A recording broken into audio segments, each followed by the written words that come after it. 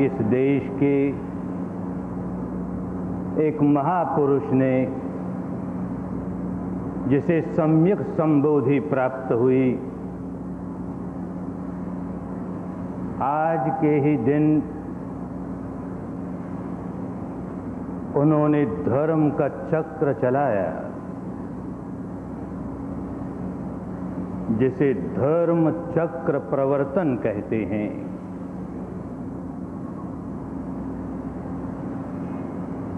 तो क्या इसके पहले भारत में धर्म नहीं था? समझना चाहिए कि क्या धर्म चक्र इस व्यक्ति ने चलाया और उसमें क्या नई बात थी, क्या अनूठी बात थी। सचमुच इसके पूर्व भी भारत में शील सदाचार का धर्म था ही। सब नहीं तो अनेक लोग शील सदाचार का जीवन जीते ही थे। सचमुच उस समय के भारत में समाधि का धर्म था ही। 8 तरह की बड़ी गंभीर समाधियां, सब लोग नहीं तो भी कुछ लोग तो करते ही थे। सचमुच उस समय के भारत में प्रज्ञा तो थी ही। शील सदाचार भी था, समाधि भी थी, प्रज्ञा भी थी। और इस व्यक्ति ने धर्म का चक्र चलाते हुए लोगों को शील सदाचार सिखाया, समाधि सिखाई, प्रज्ञा सिखाई। तो क्या नई बात सिखाई? उसे समझें, क्या नई बात सिखाई। एक व्यक्ति शील सदाचार का पालन करता है, जोर जबरदस्ती से करता है, क्योंकि उसके मन में एक भय है, अगर मैंने कोई सा शील तोड़ा तो हो सकता है राज्य की ओर से मुझे दंड मिले। उसे भय है कि कोई सा शील तोड़ा तो हो सकता है समाज में बड़ी मेरी निंदा हो। अथवा भय है कि कोई सा शील तोड़ा तो मरने के बाद कोई बहुत बड़ी दुर्गति होगी, अधोलोक में जन्म मिलेगा। इस भय के मारे शील का पालन करता है। अथवा शील का पालन करूंगा तो मुझे राज्य की ओर से दंड मिलने का कोई खतरा नहीं, समाज में मेरी बड़ी प्रतिष्ठा होगी, ये व्यक्ति बड़ा शीलवान है, तो बड़ा धार्मिक है, तो अच्छा आदमी है, और मरने के बाद मेरी सदगति होगी, कभी दुर्गति होगी नहीं। इस लोभ के मारे शील का पालन करता है। पालन तो करता ही है, करता है तो अच्छी ही बात है, लेकिन जिस दिन ऐसा हो जाए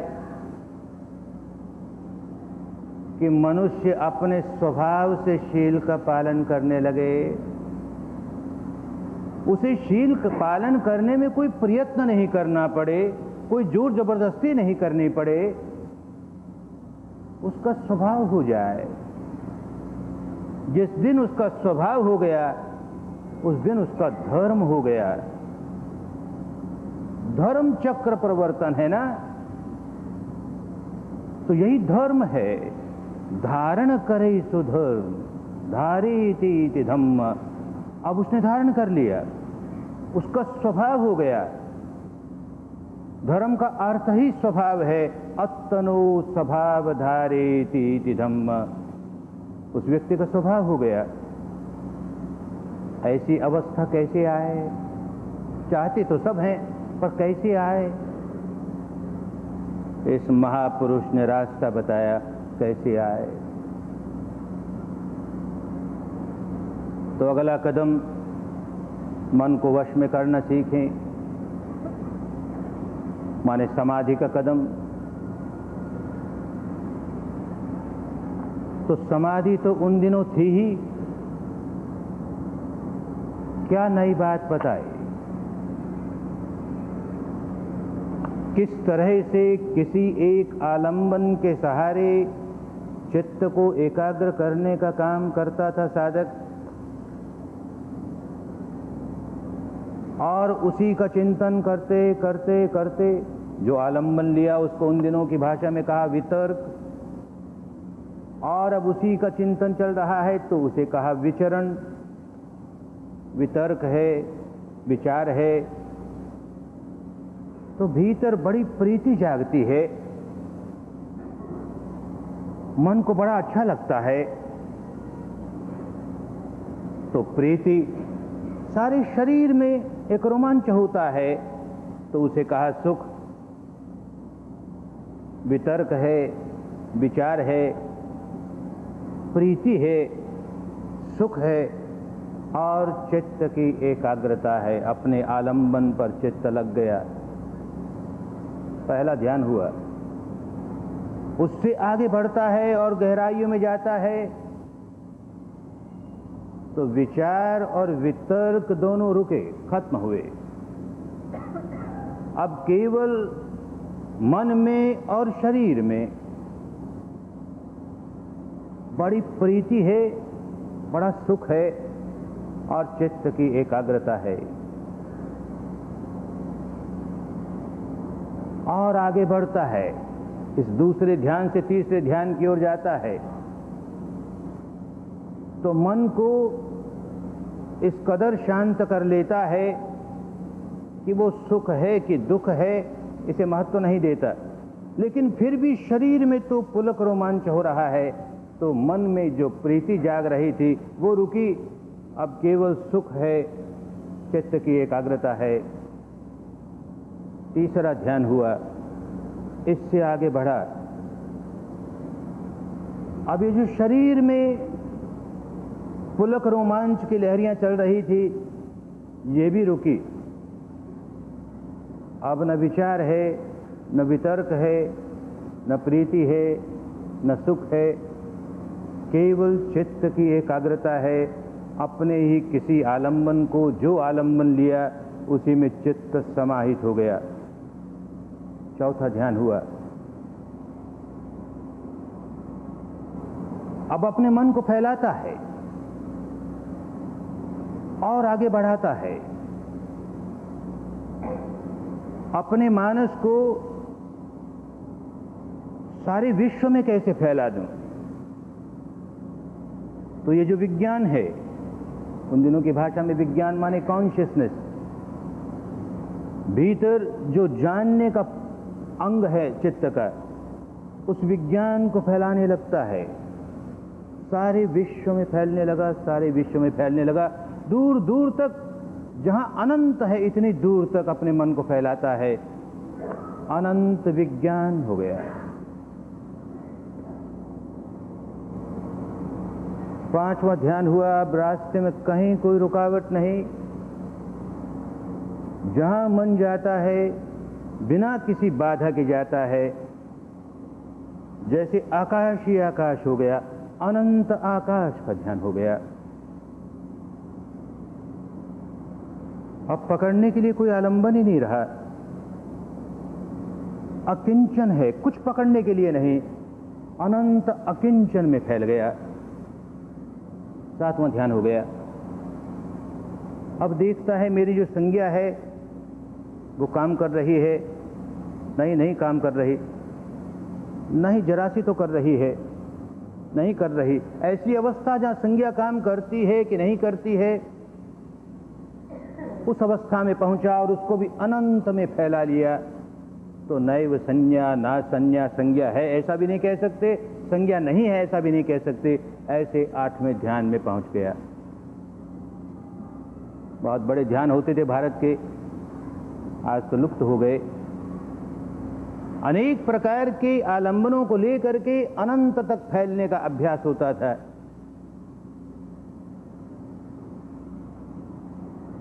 किसी एक रंग का ध्यान करते थे, वही आलंबन है।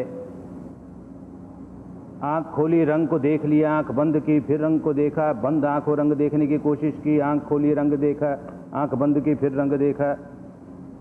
रंग का एक छोटा सा बिंदु आने लगा, लेश मात्र, एक बिंदु की तरह। अब उसे लगे फैलाने, जो भी रंग पकड़ा अब उसे फैलाने लगे, अनंत विश्व तक वो रंग फैलने लगा, फैलने लगा, फैलने लगा।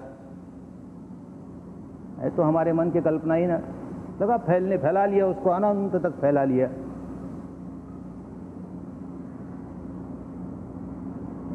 इसी तरह से मैत्री की बात भी अच्छी बात है, सबका मंगल हो, सबका भला हो, इन्हीं बात को लेकर के फैलाने लगा, मन को अनंत तक फैला लिया। बड़ा लाभ होता था इन 8 ध्यानों में। एक और बड़ी शक्तियां प्राप्त होती थी, बड़ी सिद्धियां प्राप्त होती थी। वो व्यक्ति अनेक चमत्कारों के काम करके दिखा सकता था।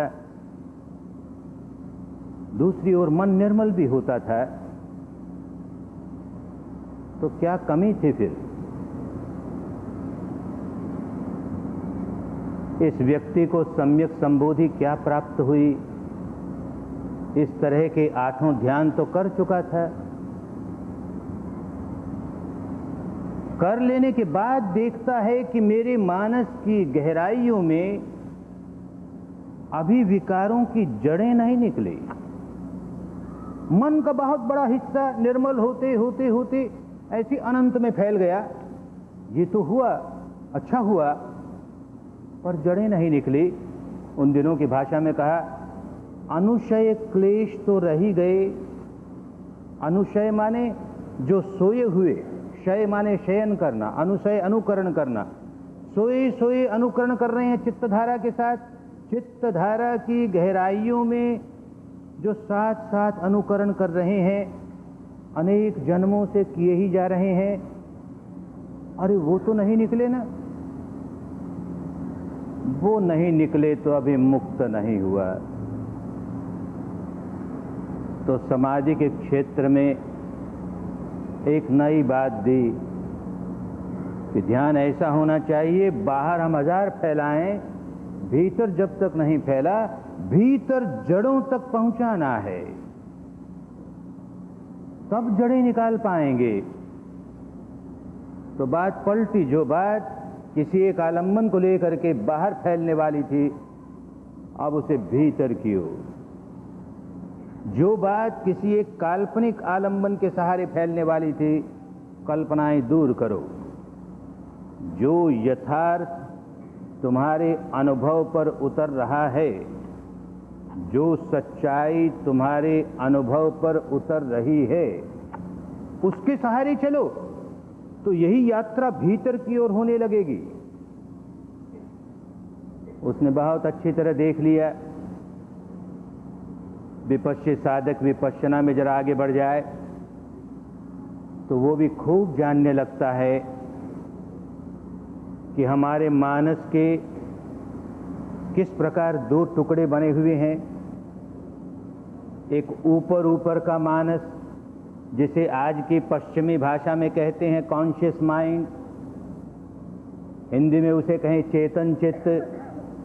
भारत की पुरानी भाषा में ये शब्द नहीं इस्तेमाल किए गए, क्योंकि चेतन तो सारा का सारा है ही, गलत तरीके से चेतन है।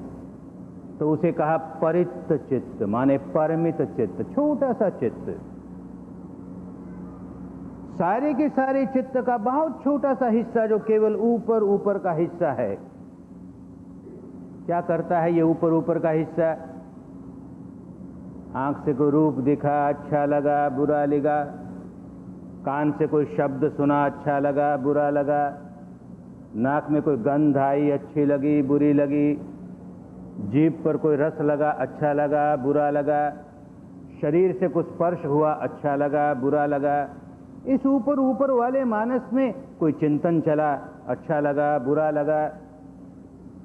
अच्छा लगा तो राग पैदा किया, बुरा लगा तो द्वेष पैदा किया। जहाँ जहाँ राग पैदा होगा वहाँ वहाँ दुख पैदा होगा, जहाँ जहाँ द्वेष पैदा होगा वहाँ वहाँ दुख पैदा होगा। तो इस मन को ऐसे काम में लगा दें कि जिससे ये राग पैदा करना बंद कर दे, ये द्वेष पैदा करना बंद कर दे, तो दुखों से इसका छुटकारा हो जाए। बहुत तरीके होते हैं अपने मन को जो इन सांसारिक बातों में राग द्वेष अनचाही मनचाही इसमें उलझे रहने की उसकी जो आदत हो गई थी, उसको कोई ऐसा आलंबन दे दो जो उसे अच्छा तो लगे पर उसमें कोई बहुत आसक्ति नहीं हो। किसी शब्द का आलंबन दे दिया, बार बार वो शब्द दोहरा रहा है, लग गया, एक काम मिल गया उसको, अच्छा ही काम मिला। एक रूप का आलंबन दे दिया, लग गया उसमें, और जैसे उन दिनों चलता था, ये लेश का आलंबन दे दिया, नन्ना सा बिंदु, और इसे फैलाते फैलाते फैलाते अनंत तक फैला लो, फिर सकोड़ते फिर लेश तक ले आओ, लेश से अनंत, अनंत से लेश। इसे ही उन दिनों की भाषा में लेश्या कहा। बड़ी शक्तियां प्राप्त हुई। कहां प्राप्त हुई, किसे प्राप्त हुई? ये मानस के ऊपरी ऊपरी हिस्सों से हमने खेल खेला, ये सब कुछ चल रहा है, हमने अनंत तक अपने मन को फैला दिया, हमने किसी एक आलंबन में अपने चित्त को एकदम समाहित कर दिया, बिना राग के कर दिया, बिना द्वेष के कर दिया। चित्त हमारा बड़ा निर्मल हुआ, बड़ा शांत हुआ, बड़ा अच्छा हुआ, हमें बड़ी शक्तियां मिली, बड़ी सिद्धियां मिली, और मरने पर बहुत ऊंचे देवलोक, बहुत ऊंचे ब्रह्मलोक प्राप्त हों, सारी अच्छी बातें हुई। लेकिन और नीचे क्या है, ये देखने का काम ही नहीं किया ना। और नीचे तो बहुत कुछ हो रहा है। जो व्यक्ति सम्यक संबुद्ध होता है वो सच्चाइयों को गहराइयों तक देखता है। बाहर बाहर तो देख लिया, और देखकर ये भी जान लिया कि मेरा मन निर्मल हुआ, इससे जड़ें नहीं निकली, तो अब मुझे जड़ों तक जाना है। तो धर्म चक्र चलाया, तो क्या धर्म चक्र चलाया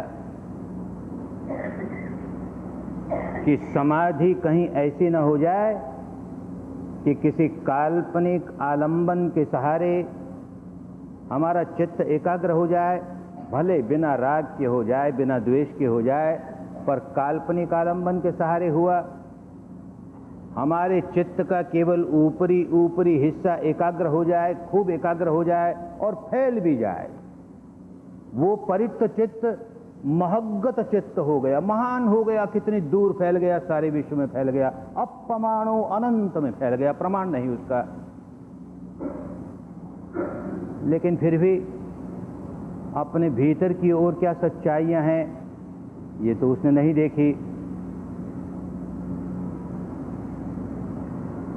तो समाधि सिखाई, ऐसे आलंबन के सहारे मन को एकाग्र करो कि जिसमें कल्पना का नामो निशान नहीं हो, किसी बनावटी बात का नामो निशान नहीं हो, कुदरतन नैसर्गिक तौर से अपने भीतर क्या हो रहा है, बस इसी के सहारे। तो सांस का सहारा दिया, कुदरतन सांस आ रहा है, जा रहा है, आ रहा है, जा रहा है, कभी गहरा है, कभी छिछला है, कभी इस नासिका से गुजरता है, कभी उस नासिका से गुजरता है, बस तटस्थ भाव से उसे जान रहे हैं। चित्त एकाग्र करने के लिए आलंबन भी मिला और कल्पनाओं से छुटकारा भी मिला, कृत्रिम बातों से छुटकारा भी मिला।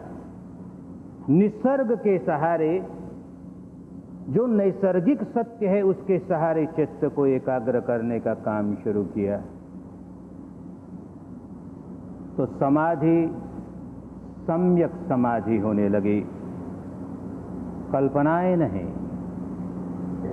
हम कल्पना करके अपने मन को फैलाएं, सारे विश्व में, सारे ब्रह्मांड में फैल गया। हमने कल्पना की, कहाँ सारा विश्व, कहाँ ब्रह्मांड।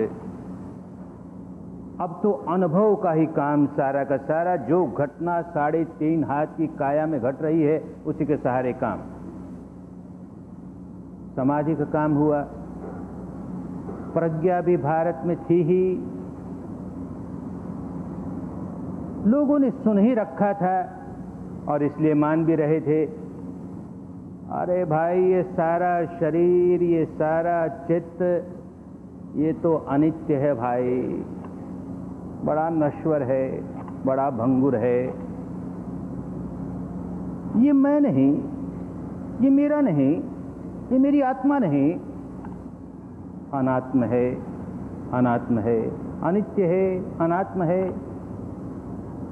इसके प्रति जरा सा भी तादात्म्य स्थापित हो जाए, मैं मेरे का भाव स्थापित हो जाए, जरा सी भी आसक्ति आ जाए, तो बड़ा दुखदाई है, बड़ा दुखदाई है। दुख है, अनित्य है, अनात्म है, दुख है। ऐसी बातें भारत के लिए नई नहीं थी। सुना लोगों ने, माना उसे। कुछ लोगों ने चिंतन किया इस पर, बहुत चिंतन किया कि सचमुच ये शरीर तो जन्मने के बाद मर ही जाता है, और मन तो ऐसा है कि सुबह एक जैसा था, शाम होते होते तो न जाने कैसा हो गया, बदल ही गया। अरे सुबह शाम क्या, कभी तो थोड़ी सी देर में बदल जाए। तो सचमुच ये तो अनित्य ही है। और जो अनित्य है वो मैं कैसे, वो मेरा कैसे, वो मेरी आत्मा कैसे? जो अनित्य है वो मेरे सुख का कारण कैसे, वो तो दुख का कारण ही होगा। यूं चिंतन करके, मनन करके इस बात को स्वीकार करने वाले लोग थे। लेकिन फिर इसने क्या नया धर्म चक्र चलाया, फिर समझाया, खुद भी समझा और उसका उपयोग करके लोगों को समझाया। फिर तेरा परित्त चित्त ही काम कर रहा है ना, छोटा सा ऊपरी ऊपरी चित्त जिसके साथ बुद्धि लगी है, जिसके साथ इंटेलेक्ट लगा है, वो ऊपरी ऊपरी चित्त चिंतन कर रहा है, अनित्य है ना, देख अनात्म है ना, मैं नहीं, मेरा नहीं, मेरी आत्मा नहीं, देख दुख है ना। तो सुनी सुनाई बात को श्रद्धा से मान रहा है, प्रज्ञा तो है ही, वो भी श्रुतमयी प्रज्ञा है। चिंतन मनन करके उस बात को स्वीकार कर रहा है कि बात बड़ी बुद्धि संगत है, तर्क संगत है, इसलिए स्वीकार कर रहा हूं। तो प्रज्ञा तो है ही, चिंतनमयी प्रज्ञा हुई। फिर मानस का बड़ा हिस्सा तो यूं का यूं रह गया। हमने अपने मानस के ऊपर ऊपर के हिस्से को सुधार लिया, उसमें समता भी ले आए, उसमें निर्मलता भी ले आए, उसमें राग नहीं जगने देते, अब उसमें द्वेष नहीं जगने देते। अरे कल्याण की बात हुई, उसका विरोध कौन करेगा, उसे खराब कौन कहेगा? लेकिन भाई केवल उतने से मुक्त नहीं हुए ना, क्योंकि बाकी हिस्सा जो कि बहुत बड़ा हिस्सा है, अनदेखा रह गया, अनजाना रह गया, उसके विकार तो निकाल ही नहीं पाए। और भाई वो विकार जो उन गहराइयों में है, वो तो इस सारे प्रपंच की जड़ें हैं ना। हमने पेड़ को ऊपर ऊपर से 1000 सुधार लिया और जड़ें नहीं सुधार पाए, तो भाई हमारा पेड़ कैसे सुधरेगा? लगेगा कुछ दिनों तक बड़ा हरा भरा हो गया, बड़ा स्वस्थ हो गया, लेकिन जड़ों में कीड़े लगे हैं तो कुछ समय के बाद उसमें भी कीड़े लग जाएंगे, अस्वस्थ हो जाएगा, बीमार हो जाएगा, कमजोर हो जाएगा। जड़ें सुधारे बिना बात बनती नहीं। जड़ें तब सुधरे जबकि इस अंतर मन की गहराइयों वाली सच्चाई को अनुभूति से जाने, तो उसे भावनामयी प्रज्ञा कहा। वो भावनामयी प्रज्ञा करने लगे तो मानस को बींधने का काम शुरू कर दे, बाहर फैलाने का काम नहीं। अब भीतर की ओर महग्गत हो रहा है। ऊपर ऊपर जो छोटा सा परित्त चित्त था, अब भीतर पैरने लगा, पैरने लगा। और ये बहुत महान है भीतर। पेड़ के बारे में तो कहते हैं कि पेड़ जितना ऊपर उठा हुआ है, उतना ही नीचे है, उतनी नीचे उसकी जड़ें हैं। जितना ऊंचा उठा हुआ पेड़ होगा उतनी ज़्यादा बड़ी उसकी जड़ें होंगी। छोटा पेड़ होगा, पौधा होगा, छोटी जड़ें होंगी। और भाई ये हमारे मन का ऐसा खेल है कि ये ऊपर ऊपर परित चित्त वाला पेड़, इसके मुकाबले जो महग्गत चित्त है नीचे वाला, अरे बहुत बड़ा है, बहुत बड़ा है, बींधते जाओ, खोजते जाओ, अरे कितना महग्गत, कितना महग्गत। और ये ऊपर ऊपर से फैला करके अपमाणु तक पहुंच गए, अनंत तक पहुंच गए। तो बाहर बाहर का अनंत हुआ ना, एक और अनंत है जो हमारे भीतर है। भीतर की यात्रा करते करते करते, शरीर और चित्त की सारी सच्चाइयों का दर्शन करते करते, उनको तटस्थ भाव से देखते देखते, जड़ों से विकार निकालते निकालते, जिस समय शरीर और चित्त के परे की अवस्था का साक्षात्कार कर लेता है, जो नित्य है, जो शाश्वत है, जो ध्रुव है, जो एक रस है और अपमाणु है, अनंत है, उस अनंत का दर्शन करता है तो मुक्त हो जाता है। बाहर बाहर के काल्पनिक अनंत की कल्पना करता है, चित्त को ऊपर ऊपर से निर्मल अवश्य बनाता है, और उसकी वजह से मरने पर अच्छे ब्रह्मलोकों में जन्म होता है। मुक्त नहीं हुआ, अभी भव चक्र चलता ही है, भव चक्र चलता ही है। उस अवस्था पर पहुंचे जो चित्त और शरीर के परे की अवस्था है। तो नई बात दी, शील समाधि प्रज्ञा होते हुए भी किन गहराइयों तक शील समाधि प्रज्ञा, ऐसा धर्म का चक्र चले कि भीतर पाप का नामो निशान नहीं रह जाए, भीतर विकारों का नामो निशान नहीं रह जाए। अनंत ब्रह्मांड तक अपने चित्त को कल्पना से फैला लिया, फिर भी भीतर तो दबे हुए विकार हैं ही, चाहे अनचाहे, न जाने कब ज्वालामुखी की तरफ फूट पड़ेंगे, और ऊपर ऊपर से हमने बहुत बढ़िया लेप लगाया, वो सारा टूट जाएगा, भीतर के विकार फिर सिर पर सवार हो जाएंगे। जब तक जड़ें नहीं निकली तब तक खतरा ही खतरा है, मुक्त नहीं हुए, मुक्त नहीं हुए। तो अब हमें ऐसी साधना करनी है कि जो हमें इस परित्त चित्त से, ऊपर ऊपर वाले छोटे से चित्त से, हमको नीचे गहराइयों वाले चित्त की ओर ले जाए। जिसने कभी ये तरीका अपना के नहीं देखा, वो बेचारा तो इसी भ्रम में रहेगा और विवाद भी करता जाएगा। हम भी जो कल्पना करते हैं या शब्द का इस्तेमाल करते हैं या बनावटी तरंगे बना करके उसका इस्तेमाल करते हैं, तो हम भी गहराइयों तक जाके सारे मानस को निर्मल कर लेते हैं। विपश्य साधक किसी से विवाद नहीं करे, झगड़ा नहीं करे, नहीं तो विपश्य नहीं होगा। धर्म के नाश से विवाद नहीं हुआ करता, झगड़े नहीं हुआ करते।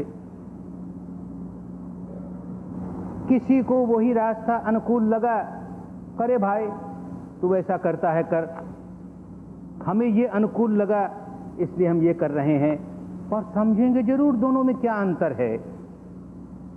कोई कहे कि हम भी इस तरह की साधना करते करते, इस तरह का ध्यान करते करते एकदम मानस की जड़ों तक चले गए,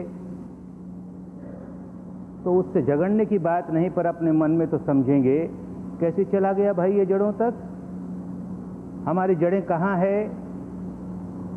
मानस का वो हिस्सा जिसको अचेतन कहें, अर्धचेतन कहें,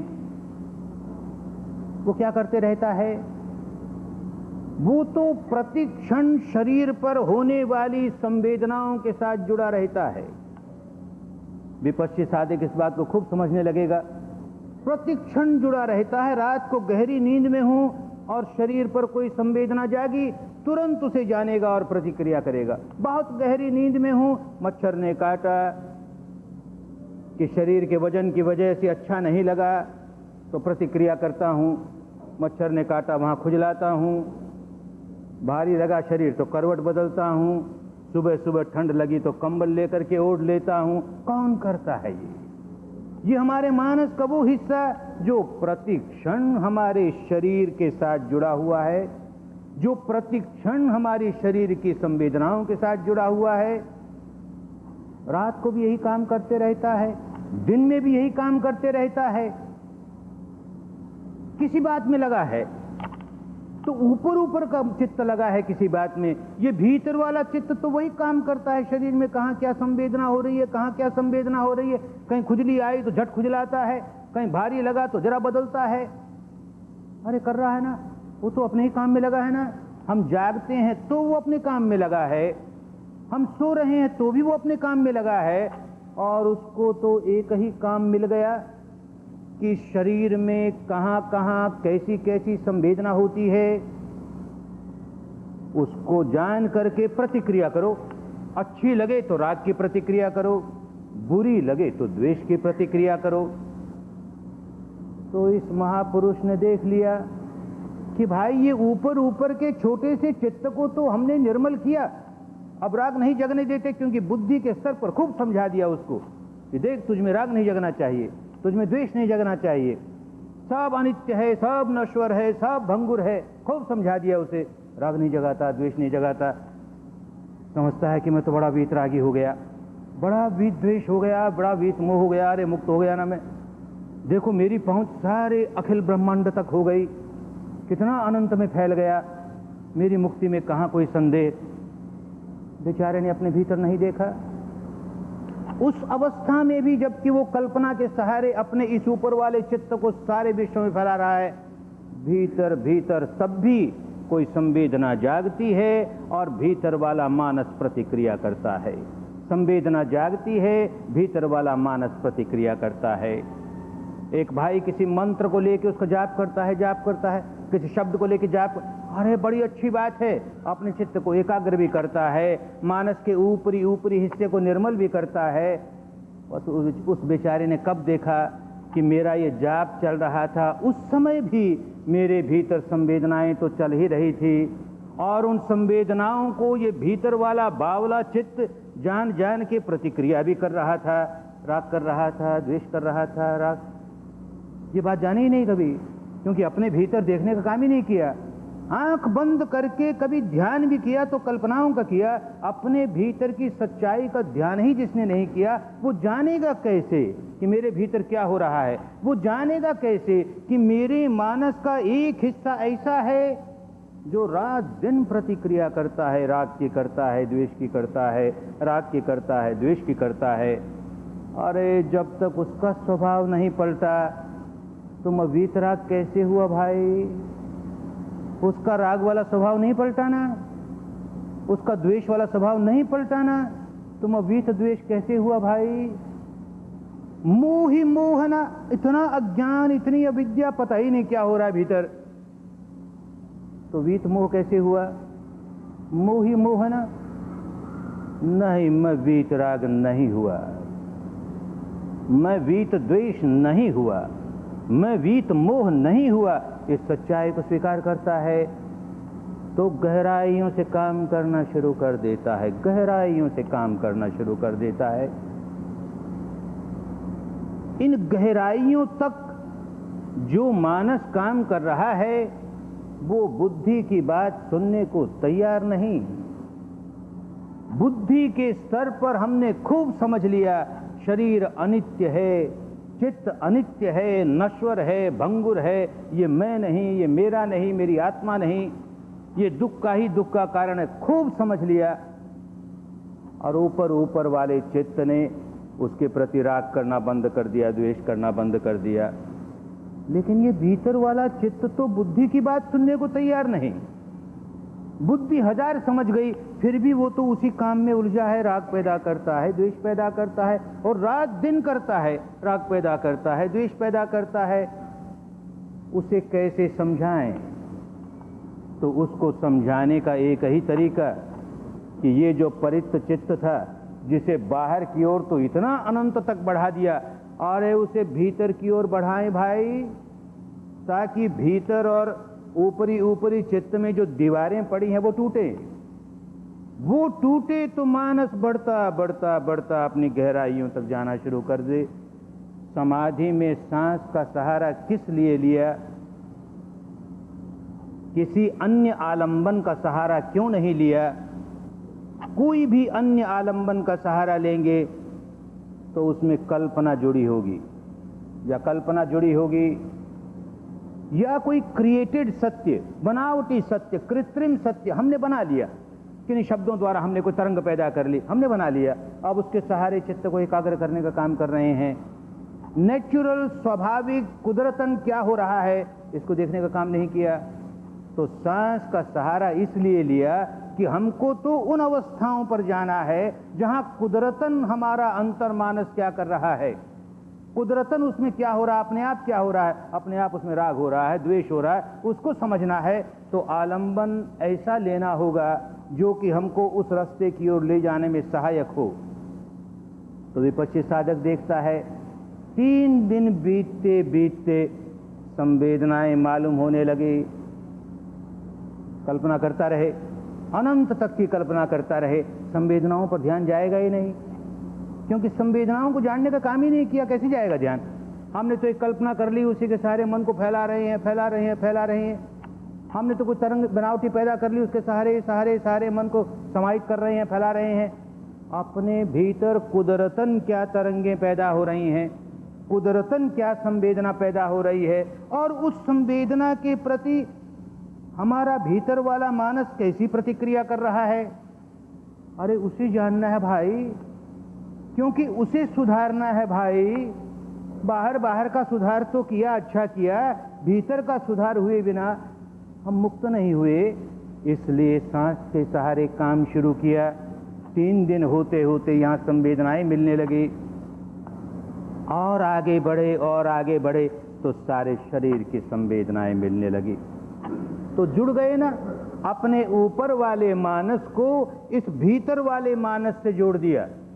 अब ऊपर वाले मानस को जो बुद्धि समझा रही थी, अरे राग मत कर, तू द्वेष मत कर, इससे बड़े दुख होते हैं, अब यही बुद्धि का असर भीतर तक जाने लगा। दीवार टूट गई ना, तो वो मानस जो कि अंधा होकर के राग और द्वेष पैदा करता था, अब क्योंकि जुड़ गया इस ऊपर वाले के साथ, तो संवेदना होती है। कभी कभी तो पुरानी आदत की वजह से अंधा है ना, उसकी आदत है, सुखद हुई तो राग पैदा कर लिया, दुखद हुई द्वेष पैदा कर लिया, लेकिन बीच बीच में होश आता है। ये ऊपर वाला चित्त नीचे वाले चित्त से जुड़ गया तो होश आया, अरे नहीं, राग नहीं, सुखद है तो क्या हुआ, देखना अनित्य है ना अनित्य, तू तेरे अनुभव से देखना। वो अनुभव से देखने वाला है, बुद्धि की बात सुनने वाला नहीं, पुस्तकों की बात सुनने वाला नहीं। उसने तो अनुभव से ही राग जगाना सीखा, अनुभव से ही द्वेष जगाना सीखा। अब अनुभव से ही उसे राग से मुक्त कराना होगा, अनुभव से ही उसे द्वेष से मुक्त कराना होगा। अब संवेदनाओं को वो जान भी रहा है और उसको ये समझावन दी जा रही है, देख भाई अनित्य है ना, ये दुखद संवेदना जागी, देख तो सही कितनी देर रहती है। अच्छा खुजली आई, आज तक तो तेरी आदत थी, खुजली आती खुजला जल्दी से, अब जरा देख भाई इसे, खुजली आई है तो देख कितनी देर रहती है, तू देख तो सही कितनी देर रहती है। अरे तेज हुई समाप्त हो गई ना, तो उसके समझ में आने लगता है, अरे हाँ भाई, जो उत्पन्न होता है इस शरीर और चित्त में, वो समय पाकर समाप्त तो हो ही जाता है। पीड़ा जागी, बड़ी पीड़ा जागी, नहीं अच्छी लगती, पुरानी आदत से नहीं अच्छी लगती। अब उसे समझावन मिलने लगी, देख भाई इस पीड़ा को भी देख, कब तक रहेगी रे, तू देख तो सही। देखता है, देर सबेर समाप्त हो ही गई ना। तो अब वो जो केवल बुद्धि थी, अब अनुभूति का काम करने लगी। इसी को प्रज्ञा कहते हैं, अनुभूति वाली प्रज्ञा साथ जुड़ गई। अरे अनित्य है भाई, पुस्तकों की बात नहीं है, अब ये गुरु महाराज के प्रवचन की बात नहीं है, अब ये केवल बुद्धि से समझने की बात नहीं है, अब तू अनुभव से ही समझने वाला है। तूने अपने भीतर खोट पैदा की, वो अनुभव के कारण की, होश नहीं था, अनुभव तो होता ही था। राग का अनुभव, सुखद का अनुभव होता था, राग पैदा करता था, दुखद का अनुभव होता था, द्वेष पैदा करता था। अब वही अनुभव तुझे हो रहे हैं, पर साथ साथ ये होश भी है कि ये अनित्य है भाई, अनित्य है ना, देख अनित्य है ना, बहुत सुखद संवेदना जागी, बड़ा पुलक रोमांच, बड़ा पुलक रोमांच, अनित्य है ना, देखता हाँ अनित्य है ना, अनित्य है ना, ये मैं नहीं ना, ये बुद्धि तो बहुत कहती थी ये मैं नहीं, ये मेरा नहीं, ये आत्मा नहीं, हजार कहती थी बुद्धि। अब वो भी समझने लगा सचमुच ये मैं नहीं, अरे ये मेरा नहीं, ये मेरी आत्मा नहीं। और ये भी समझने लगा कि अरे इसमें तो दुख ही दुख समाया हुआ ना, मैं जब जब राग की प्रतिक्रिया करता हूं तो दुखी हो जाता हूं, जब जब द्वेष की प्रतिक्रिया करता हूं तब दुखी हो जाता हूं। ये उसे समझ आने लगी।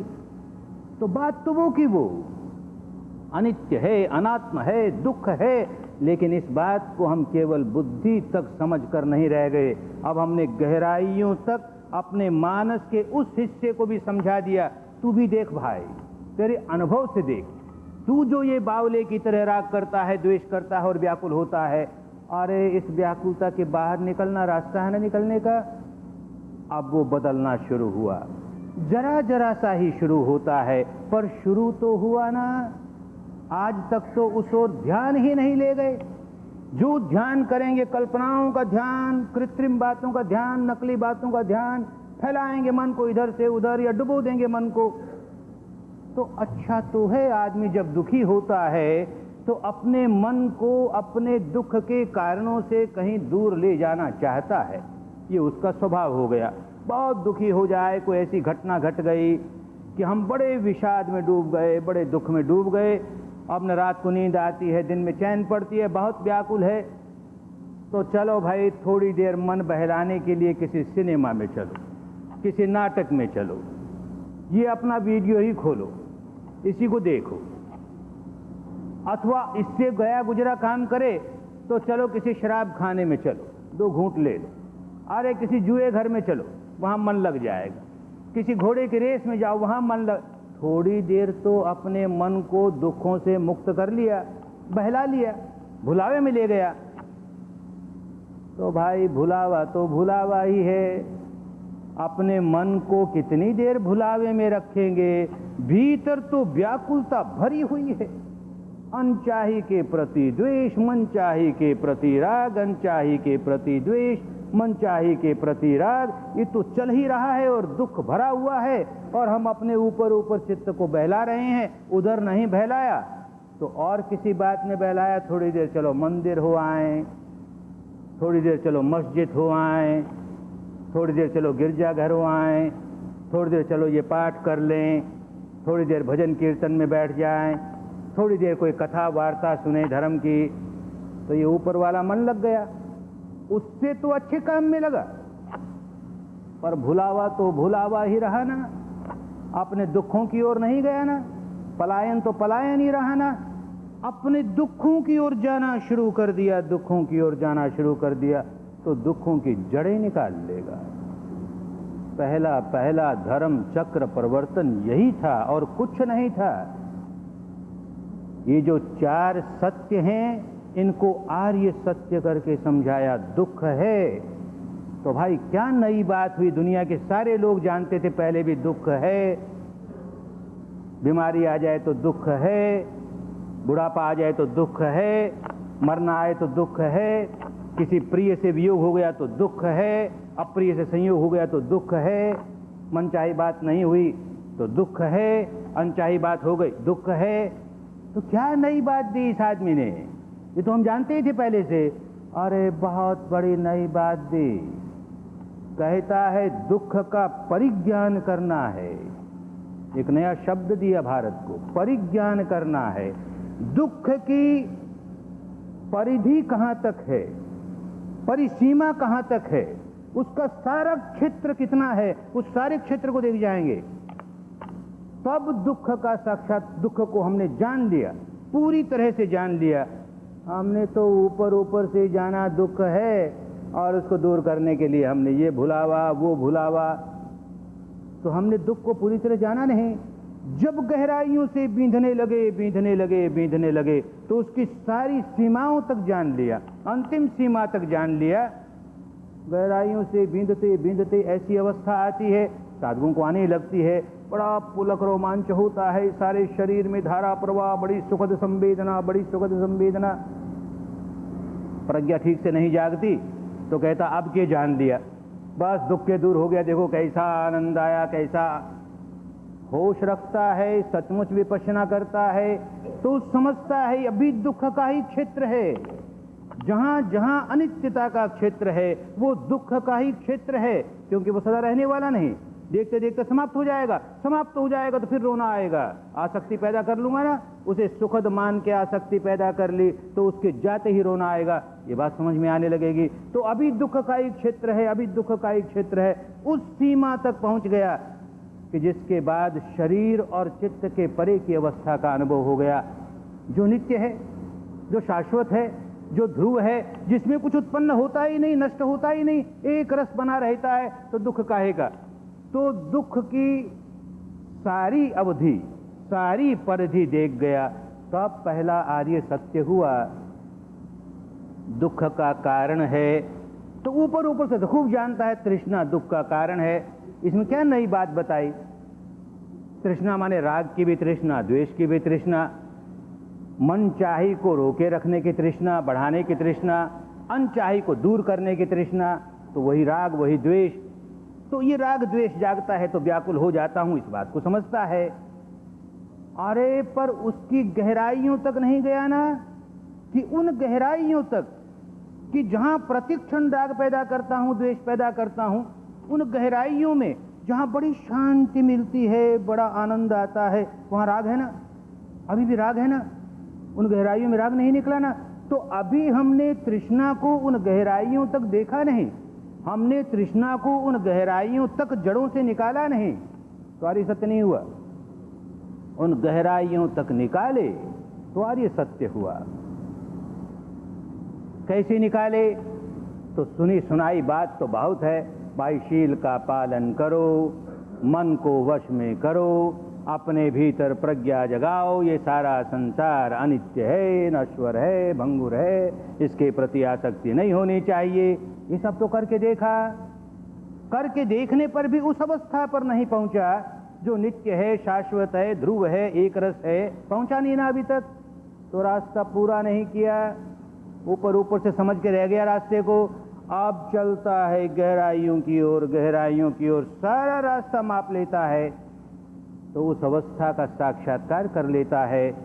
तो सारे रास्ते का साक्षात्कार कर लेता है और सारे रास्ते को पूरा करके उसके बाद की क्या अवस्था है, जो नित्य है, शाश्वत है, ध्रुव है, एक रस है, उसका साक्षात्कार कर लेता है।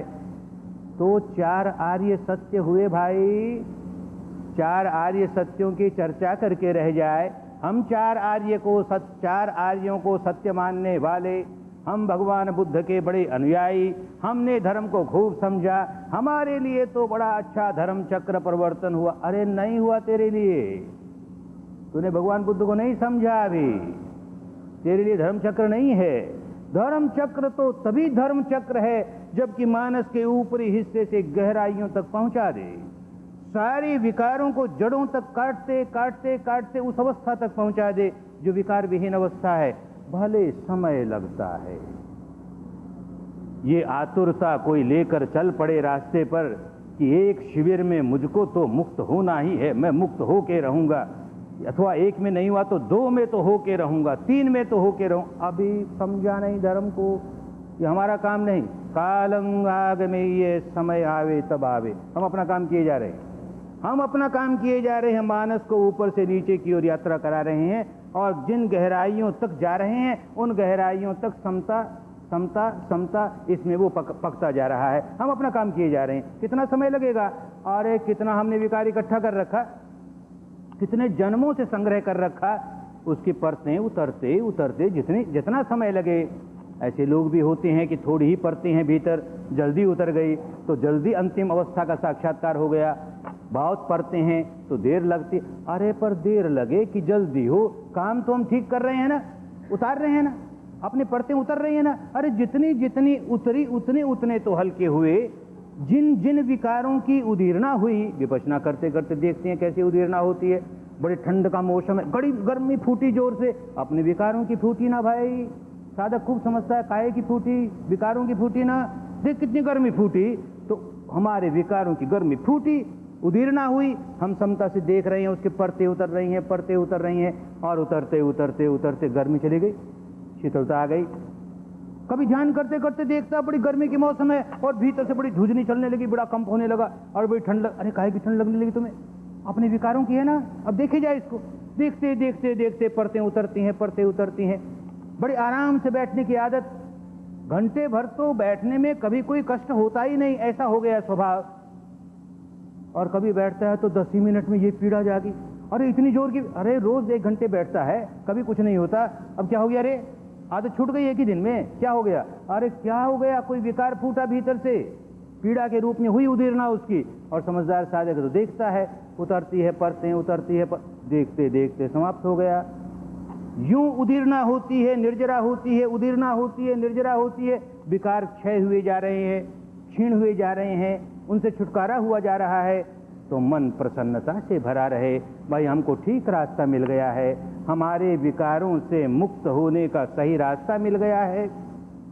प्रत्यक्ष हमारे विकार कम हुए जा रहे हैं, कम हुए जा रहे हैं। सारे निकलेंगे, समय आएगा तब सारे निकल जाएंगे।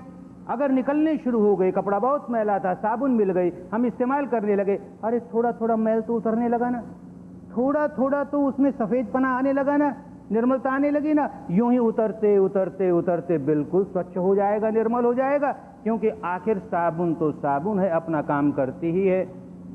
ये बात साधक बहुत अच्छी तरह समझ ले तो समझ में आए कि क्या धर्म चक्र प्रवर्तन हुआ और कैसे हमको अपने भीतर धर्म चक्र प्रवर्तन करते ही रहना है, करते ही रहना है, क्योंकि इसके बिना हमारी मुक्ति नहीं।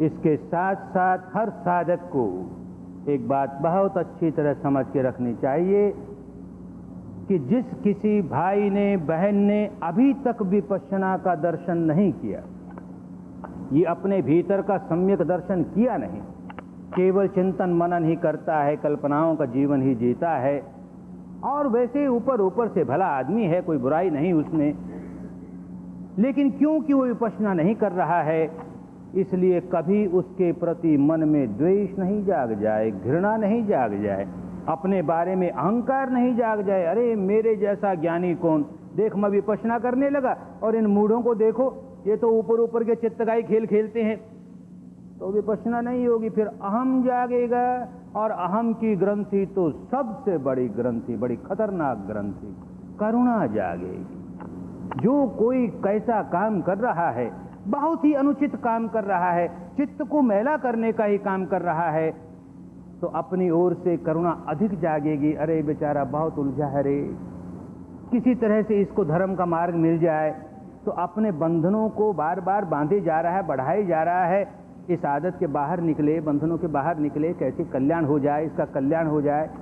ऐसे ही किसी व्यक्ति को देखें कि ऊपर ऊपर से अपने चित्त को शुद्ध कर रहा है, इस साधना से कर रहा है, उस साधना से कर रहा है, इस ध्यान से कर रहा है, उस ध्यान से कर रहा है ना, अच्छी बात, इतना इतना तो मंगल हुआ इस आदमी का। लेकिन इस बेचारे को भी कैसे गहराइयों तक चित्त को निर्मल करने का काम मिल जाए। करुणा जागे, मैत्री जागे, सद्भावना जागे, कभी जरा सी घृणा नहीं जागे, नहीं तो झगड़े फसाद, एक नया संप्रदाय खड़ा हो जाएगा विपश्चियों का। अरे हम तो विपश्ची, हमारा क्या कहना, तू तो हिंदू है गया गुजरा, तू तो बौद्ध है गया गुजरा, तू तो जैन है गया गुजरा, तू तो मुस्लिम है गया गुजरा, मैं विपश्ची हूं। अरे 100 200 400 बरस के बाद तो ऐसा पागलपन आने वाला है, जानते हैं हम। लेकिन जब तक न आए तब तक तो लोक कल्याण हो, होश रखे, आगे वाली पीढ़ियां भी याद रखे कि धर्म का संप्रदाय से जरा भी लेन देन नहीं होता। जिस आदमी में सचमुच धर्म जाग गया, वो संप्रदाय से दूर रहेगा, अपने आप को दूर रखेगा, क्योंकि धर्म जाग गया उसमें। जिस आदमी में संप्रदाय जागा हुआ है, वो ऊपर ऊपर से हजार कहता रहे मैं बड़ा धर्मवान हूं, बड़ा धर्मवान हूं, वो धर्म से कोसों दूर रहेगा, उसका कोई लेन देन नहीं होगा धर्म से, कदापि, माने मुक्ति वाले धर्म से कोई लेन देन नहीं होगा। ये ऊपर ऊपर से चित्त को सुधारने वाला काम तो करेगा, लेकिन मुक्त हो जाए ये काम वो कदापि करेगा ही नहीं। संप्रदाय में उलझा है ना, तो सांप्रदायिक कर्म कांडों को महत्व देता चला जाएगा, उसी में उलझा रहेगा और कहेगा ये हमारे कर्म कांड हैं, हमारे संप्रदाय के तो बड़े महान हैं, दूसरों के तो गए गुजरे, हमारे बड़े महान हैं। ये हमारी संप्रदाय की मान्यता ना, ऐसी दार्शनिक मान्यता है। हम ऐसी दार्शनिक मान्यता मानते तो बड़े महान हैं, बाकी सब गए गुजरे हैं। अरे तेरी दार्शनिक मान्यता केवल ऊपर ऊपर वाले चित्त की ही तो मान्यता है ना, भीतर तक तो गया नहीं ना तू। तुझे क्या मालूम भीतर क्या है? ऊपर ऊपर से सुन लिया, पढ़ लिया, उसके अलावा कल्पना करने तो हम ऐसी मान्यता माने, हम ऐसी मान्यता माने, हम बड़े धर्मवान हैं। अरे हमारा दर्शन तो सम्यक दर्शन, बाकी सबका मिथ्या दर्शन, हमारा दर्शन सम्यक दर्शन। जिसको देखो, इस संप्रदाय वाला कहता हमारा दर्शन सम्यक दर्शन, उस संप्रदाय वाला कहता हमारा दर्शन सम्यक दर्शन। किसी के पास सम्यक दर्शन नहीं, क्योंकि भीतर तो दर्शन किया नहीं ना। भीतर सच्चाई का दर्शन करे और उसके स्वभाव को समझते हुए समता में स्थित हो तो सम्यक दर्शन हुआ, अन्यथा नहीं हुआ भाई। ये ऊपर ऊपर के भरमावे में नहीं पड़ना। कोई भाई ऐसा उलझा हुआ है, कोई बहन ऐसी उलझी हुई है, तो बस मैत्री ही मैत्री, करुणा ही करुणा, प्यार से समझा दिया। नहीं समझ में आया क्योंकि उलझा है अभी। कहता अरे तुम लोग क्या करते हो विपश्यना वाले, शरीर को देखते हो, अरे तो जड़ है, इसको क्या देखना? हम जानते हैं नश्वर है, तुम लोग क्या नश्वर नश्वर करते हो इसको? हम तो खूब जानते हैं नश्वर है। और इस मन को देखते हो, अरे जड़ है, इसको क्या देखना? ये तो नश्वर है, हम जानते हैं ना, इसको क्या देखते हो? तुम लोग इस जड़ में ही पड़े हो।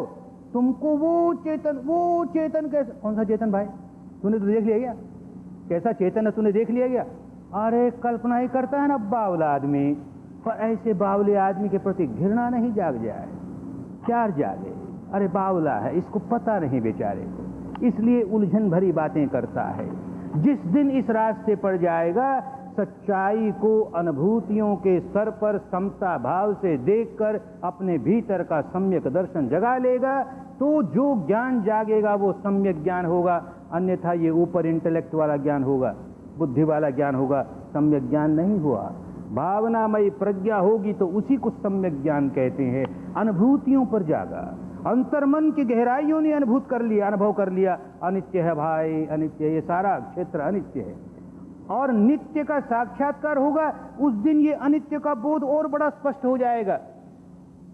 जो सदा अंधेरे में रहने वाला, सदा अंधेरे में रहने वाला, उसे हजार कल्पना दो, प्रकाश ऐसा होता है, प्रकाश ऐसा, क्या जाने क्या प्रकाश ऐसा होता है। जिस दिन सचमुच प्रकाश को देख लेगा, उस दिन कहेगा ये सब अंधेरा ही अंधेरा था भाई। हम मन में माने जा रहे थे बड़े प्रकाश के रास्ते जा रहे हैं, प्रकाश का नामो निशान नहीं था। तो सचमुच नित्य को देख लेगा, तब खूब अच्छी तरह जानेगा ये अनित्य का ही क्षेत्र था, सारा अनित्य का ही क्षेत्र था। अब जाना ना नित्य क्या है, शाश्वत क्या है, ध्रुव क्या है, तब समझ में आया कि बाकी सारा अनित्य है। कितने ही आनंद की लहरें उठे, कितना ही मन यूं लगे जैसे राग नहीं है, द्वेष नहीं, अरे अब तो देखो मैं वीतराग हो गया, अभी द्वेष हो गया, पर अभी क्षेत्र तो इंद्रियों का ही है ना, तेरी इंद्रियां काम कर रही है ना, नहीं बंद हुई ना, तो इंद्रियातीत की अनुभूति नहीं है ना तुझे, तो नहीं अभी तक पूरा रास्ता पार किया। यूं समझता रहेगा, पूरा रास्ता पार कर लेगा तो सब समझ जाएगा। पूरा रास्ता पार करने के लिए काम करना पड़ता है, मेहनत करनी होती है, परिश्रम करना होता है। एक शिविर में आए, बड़ा अच्छा लगा, बहुत अच्छा मार्ग मिल गया, और घर में आके थोड़े दिन तो काम किया, फिर छोड़ छाड़ दिया। हमको तो ये काम हो गया, हमको तो वो काम हो गया, हमको तो आलस आ गया, हमको तो प्रमाद आ गया, तो तेरे लिए वो काम तो बड़ा हो गया, ये काम बड़ा हो गया। तेरे आलस का गुलाम होना तो तुझे अच्छा लगा, और अपने भीतर जागरूक करने वाली बात तुझे नहीं अच्छी लगी ना, नहीं तो करता ना, कहाँ छोड़ देता। इसका मतलब पूरी तरह होश नहीं आया ना, अभी नहीं आया, तो कैसे पूरा होश जागे। सामान्य जीवन में बहुत बरसात का मौसम हो, कीचड़ हो और फिसल के गिर पड़े, तो सारे कपड़े मैले हो गए, शरीर मैला हो गया, गंदा हो गया, कीचड़ लग गया, तो स्वच्छता से रहने वाला व्यक्ति कैसे तिलमिलाएगा, जल्दी इसको साफ करूं, कहीं जाके जल्दी नहा लूं, अरे कितनी गंदगी लग गई। जिस दिन ऐसी तड़पन उठने लगेगी मन के बारे में भी, गंदा हो गया ना, विकार जागा ना, विकार जागा कि गंदा हो गया, विकार जागा गंदा हो गया, उसे तुरंत कैसे धोऊं। अब दिन भर जो विकार जागा, शाम को तो मुझे नहाकर इसे साफ कर ही लेना है। रात को जो विकार जागा, सुबह तो मुझे नहाकर इसे साफ कर ही लेना है। शरीर के कपड़े की गंदगी को सुबह की गंदगी को शाम तक नहीं रखते, शाम की गंदगी को सुबह तक नहीं रखते, क्योंकि मन ने समझ लिया गंदा रहना अस्वस्थ रहना है, अच्छा नहीं है। ऐसे ही जिस दिन मन के बारे में भी बात समझ में आ जाएगी कि मन को गंदा रहना अस्वस्थ रहना है, बड़ी बुरी बात है, तो अभी हम पके नहीं, अभी हम वीतराग हुए नहीं, विद्वेष हुए नहीं, हमारे सारे विकार निकले नहीं, इसलिए भाई जाग जाता है, विकार जाग जाता है, क्रोध भी आता है, वासना भी आ जाती है, भय भी आ जाता है, ईर्ष्या भी आ जाती है, अंतर्मन की गहराइयों से उठ करके ऊपर ऊपर तक सब जगह छा जाती है। छा गई तो जैसे कीचड़ में गिर गए, तो कीचड़ में गिर गए तो और जरूरी है कि जल्दी नहाएं। तो दिन भर काम करते हुए हमारे अंदर विकार जगा, तो जरूरी है कि शाम को तो हम जरूर बैठें, या तो ये मान ले कि हम तो ऐसे मुक्त हो गए, हमारे विकार जागता नहीं, अब क्या साधना करनी सुबह शाम की, हम तो हो गए ना मुक्त, हमारे तो कोई विकार ही नहीं जागता। अरे विकार जाग रहा है ना भाई, मैल आ रहा है ना भाई, गांठें बांध रहे हो ना भाई, तो दिन भर जो गांठें बांधी शाम को खोलें, रात को जो गांठें बांधी सुबह खोलें। ऐसी एक भीतर से तड़प जागने लगेगी, जैसा स्वच्छ रहने वाले व्यक्ति को तड़प जागती है, मैला नहीं रह सकता मैं, मेरे कपड़े मैले नहीं रख सकता, ऐसे ही तड़प जागने लगे, मेरे मन को मैला नहीं रख सकता, हो जाता है, उसे तुरंत साफ करना है, देर नहीं करनी, तुरंत साफ करना है, शाम को तो करना ही है, फिर सुबह तो करना ही है। उस दिन समझ लेना कि सचमुच विपश्यना के रास्ते आगे बढ़ने लगे। आज के इस धर्म चक्र के दिवस पर भले बुद्धि के स्तर पर ही सही इतनी बात तो समझ कर जाएं कि केवल शिविरों में 10 दिन आने से हम मुक्त नहीं हो जाएंगे। 10 दिन आना बुरा नहीं है, 10 दिन आते हैं तो अपने मन को जरा जरा से उसका स्वभाव बदलने का काम करते हैं, कुछ तो शुरू हुआ, अच्छी बात, लेकिन उसमें नित्य का रोजमर्रा का अभ्यास जुड़ना चाहिए, तब सही माने में हम मुक्त अवस्था की ओर जा रहे हैं, मुक्त अवस्था की ओर जा रहे हैं। जिस जिस साधक में, जिस जिस साधिका में आज के इस धर्म दिवस पर ऐसा धर्म संवेग जागे, मुझे मुक्त होना है, मुझे अपने मन को निर्मल करना है, मुझे अपने मन को निर्ग्रंथ करना है, और देख मुझे ये विद्या मिल गई, अब तो इसका इस्तेमाल करते हुए, गृहस्थ हूं तो घर में रहते हुए, घर की जिम्मेदारियों को निभाते हुए, कीचड़ का रास्ता है, बार बार कीचड़ लगेगा, बार बार गंदगी आएगी, लेकिन फिर उसे साफ करते हुए, जो रोज रोज की आई उसे तो रोज ही साफ कर लेंगे, यूं साफ करते हुए, पुरानी भी निकालते हुए, नई आई तो उसे साफ करते हुए हम आगे बढ़ते जाएंगे, आगे बढ़ते जाएंगे, मुक्त अवस्था तक पहुंच ही जाएंगे। इतनी बात अगर आज समझ कर जाएं और एक दृढ़ संकल्प लेकर जाएं कि हमको केवल 10 दिन के शिविर से संतोष मान के नहीं बैठना है, हमें रोज सुबह शाम ध्यान करना ही है, विपश्यना करनी ही है, तो सचमुच मंगल के रास्ते पड़ गए, सचमुच कल्याण के रास्ते पड़ गए, सचमुच मुक्ति के रास्ते पड़ गए। धर्म चक्र का दिवस है, हर व्यक्ति में ऐसा धर्म चले, ऐसा धर्म चक्र चले कि पाप चक्र रुक जाए, दुख चक्र रुक जाए, लोक चक्र रुक जाए, भव चक्र रुक जाए, और सबका मंगल हो, सबका कल्याण हो, सबकी स्वस्थ मुक्ति हो, स्वस्थ मुक्ति हो। भवत सर्व मंगल